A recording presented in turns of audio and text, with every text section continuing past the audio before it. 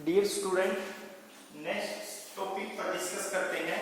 Topic है हमारा राजनीतिक सिद्धांत का महत्व क्या है और आधुनिक राजनीतिक सिद्धांत और परंपरागत राजनीतिक सिद्धांत में अंतर क्या है। तो सबसे पहले हम डिस्कस करते हैं कि राजनीतिक सिद्धांत का महत्व क्या है।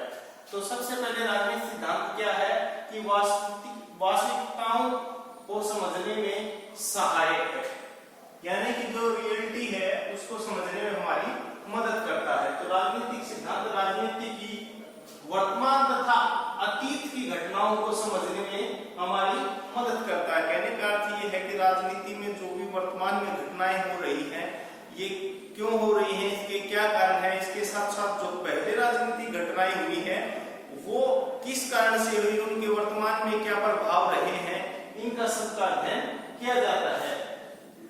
इसके साथ साथ इससे हमारे जीवन पर पड़ने वाले प्रभावों का भी अध्ययन राजनीतिक सिद्धांत में किया जाता है। दूसरा महत्वपूर्ण पॉइंट है कि समस्या समाधान में सहायक राजनीतिक सिद्धांत हमारी आर्थिक, सामाजिक तथा राजनीतिक समस्याओं को सुलझाने में मदद करता है। कहने का अर्थ ये है कि हमारी जो भी राजनीतिक है, सामाजिक है या जो है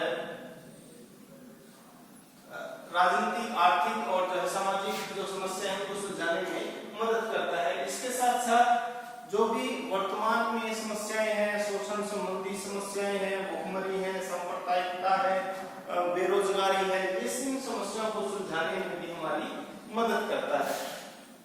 नंबर 3 है कि सरकार के स्वरूप को समझने में सहायक, यानी कि सरकार के बहुत सारे स्वरूप होते हैं, तो उनमें कौन सी ऐसी सरकार है जिसका स्वरूप अच्छा है, जैसे लोकतांत्रिक है, कम्युनिस्ट है या तानाशाह है, सैनिक शासन है, बहुत सारी सरकारें हैं जिसको हम आगे डिटेल से पढ़ेंगे। तो राजनीतिक सिद्धांत सरकार के विषय में जागरूकता फैलाता है। क्या जागरूकता फैलाता है कि यह हमें बताता है कि कौन सी सरकार अच्छी है और कौन सी सरकार बुरी है।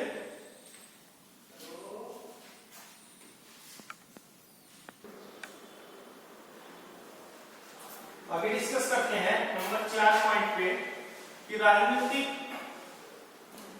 सिद्धांत जो है राजनीतिक आंदोलनों के लिए प्रेरित करता है। कहने का अर्थ है कि अगर कोई भी सरकार जनता विरोधी कार्य करती है तो राजनीतिक सिद्धांत सरकार का जो है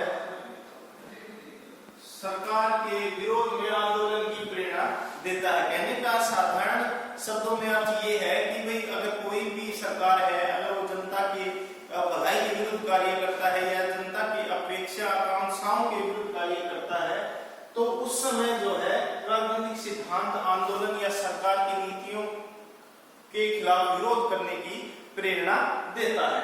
अब आता है कि आधुनिक राजनीतिक सिद्धांत और परंपरागत राजनीतिक सिद्धांत में अंतर क्या है। कहने का अर्थ ये है कि बहुत बार जो है एग्जाम में क्वेश्चन आता है कि राजनीतिक सिद्धांत और परंपरागत राजनीतिक आधुनिक और परंपरागत राजनीतिक सिद्धांत में क्या अंतर है। तो साधारण शब्दों में यही है कि जो पहले राजनीतिक सिद्धांत था वो परंपरागत था, वर्तमान में जो चल रहा है वो आधुनिक है। तो इसमें अंतर क्या है? अंतर यही है कि आधुनिक राजनीतिक सिद्धांत विश्लेषण पर आधारित है। कोई भी राजनीतिक घटनाक्रम होता है और तो उसका विश्लेषण किया जाता है। कहने का अर्थ ये है कि विश्व में कोई भी घटना घटित होती है तो पूरे उसका प्रभाव पूरे विश्व पर पड़ता है। लेकिन प्राचीन समय में ऐसा नहीं था कि परंपरागत राजनीतिक सिद्धांत केवल घटनाओं पर आधारित होता है। केवल ये मानते थे कि भाई कोई भी अगर घटना घटी है, मान लीजिए किसी देश में युद्ध छिड़ा है, तो वर्तमान में युद्ध छिड़ने के कारण घटनाओं का पूर्ण रूप से अध्ययन किया जाता है, उसके परिणाम का अध्ययन किया जाता है। लेकिन अगर पीछे युद्ध अगर कहीं परंपरागत पुराने समय में युद्ध छिड़ा था तो उस समय ये मान लिया जाता था कि वहां की लोकल समस्याओं के आधार पर वहां पर युद्ध वगैरह छिड़ा है। नंबर 2 है कि आधुनिक राजनीतिक सिद्धांत अवसर और स्वार्थ पर आधारित है, लेकिन परंपरागत राजनीतिक सिद्धांत मूल्यों पर आधारित है। कहने का अर्थ ये था कि आप राजनीतिक पार्टियों में देख रहे होंगे कि विभिन्न प्रकार के जो विधायक हैं या एमएलए एमपीज हैं वो क्या करते हैं कि जहां भी उनका स्वार्थ लगता है या जहां भी उनको लगता है, मौका लगता है, स्वार्थ दिखता है, तो वो उस पार्टी में शामिल हो जाते हैं, इसको छोड़ते हैं दूसरी में शामिल हो जाते हैं। तो ये कहने का अर्थ है कि ये केवल अवसर पर है, वर्तमान में अवसर देखते हैं, लेकिन जो प्राचीन राजनीतिक सिद्धांत में क्या थे, मूल्यों पर आधारित है। मूल्य का अर्थ ये था कि वही उनके जो मूल्य थे उन्हीं पर होते थे, वे बार बार जो उनमें चेंज नहीं करते थे।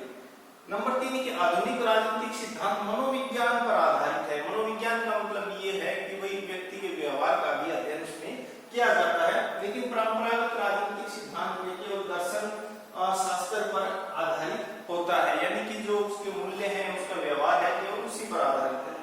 नंबर 4 है कि आधुनिक राजनीतिक सिद्धांत औपचारिक तथा अनौपचारिक दोनों होता है, लेकिन राजनीतिक सिद्धांत केवल औपचारिक होता है। इसका अर्थ क्या होता है, औपचारिक और अनौपचारिक में यह अंतर है। जो औपचारिक तो वो होता है कि भाई केवल किसी के द्वारा जो है निश्चित समय में, निश्चित सीमा में किसी को कुछ सिखाया गया है, वो औपचारिक होता है। लेकिन व्यक्ति ने अपने व्यवहार के द्वारा जो भी चीजें अर्जित की है, न केवल किसी समय में, टाइम में उसको अर्जित किया, वो अनौपचारिक होता है। तो वर्तमान में राजनीतिक घटनाक्रम का औपचारिक और अनौपचारिक दोनों तरीके से विश्लेषण किया जाता है, लेकिन परंपरागत में केवल औपचारिक होता था, यानी केवल उन्हें सिखाया जाता था, वर्तमान में सीखा भी जाता है। तो ये हमारा एक महत्वपूर्ण टॉपिक था कि राजनीतिक सिद्धांत का वर्तमान में क्या महत्व है और परंपरागत और आधुनिक राजनीतिक सिद्धांत में क्या अंतर है। उम्मीद है कि आपको अच्छे से समझ में आया होगा। Thank you.